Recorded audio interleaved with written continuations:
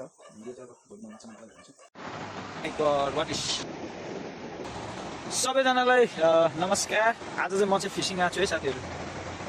fishing आएको छु तपाईँहरूलाई देखाएको थिएँ धमिरा पाएको छु भनेर आज धमिरामा थापेछु कस्तो पर्छ है धमिरामा माछा आज कतिको पर्छ हेरौँ है साथीहरू सबै भिडियोहरू देखाउनु त सक्दिनँ म होइन म माछा मार्नेकै भिडियो बनाउने हुन्छ अनि लास्टमा देखाउँछु तपाईँहरूलाई साथीहरू ओ शिट माछा पऱ्यो क्या हो ओ माई गॉड हेर्नु त साथीहरू आम्मा यो चाहिँ कत्ले है साथीहरू कत्ले परेछ है साथीहरू ल है ल फर्स्ट पनि है साथीहरू फर्स्ट पनि ल अब चाहिँ खाँदा ल है यो चाहिँ हाम्रो धमिरा है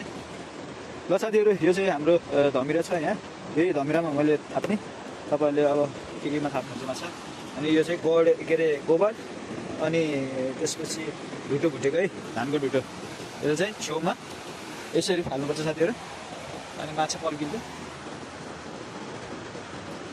यो उनीको पनि देखाउन पाए हुँदै गयो अब यहाँ मैले मोबाइलले भ्याउँदै भएन क्या उनीको पनि देखाउँदै जस्तो अब अरे यो चाहिँ भन्नु है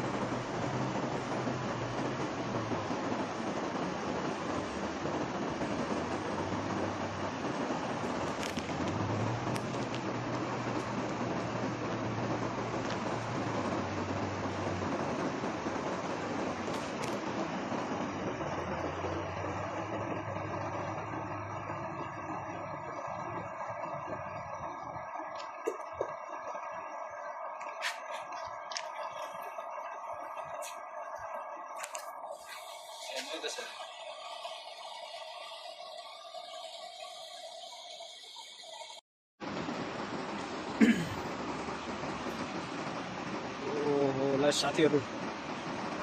ल है साथी माछा परे जस्तो छ ल ताने ए सिदल त खत्रै ठुलो माछा पऱ्यो नि त हो साथीहरू ल यो चाहिँ सेकेन्ड सट है साथीहरू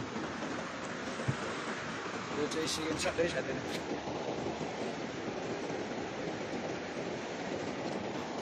मजाको पऱ्यो है साथीहरू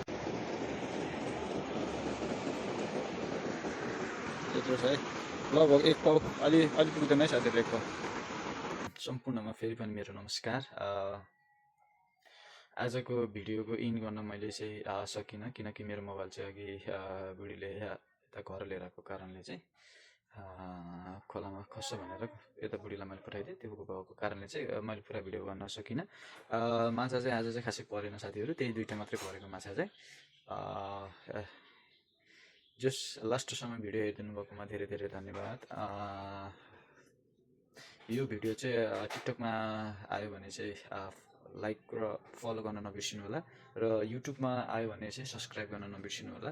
लाइक कमेन्ट सब्सक्राइब गर्न नबिर्सिनु होला भन्दै मेरो यो चाहिँ दुई शब्द चाहिँ यहीँ टुङ्गाउँछु जस तपाईँहरू सम्पूर्णलाई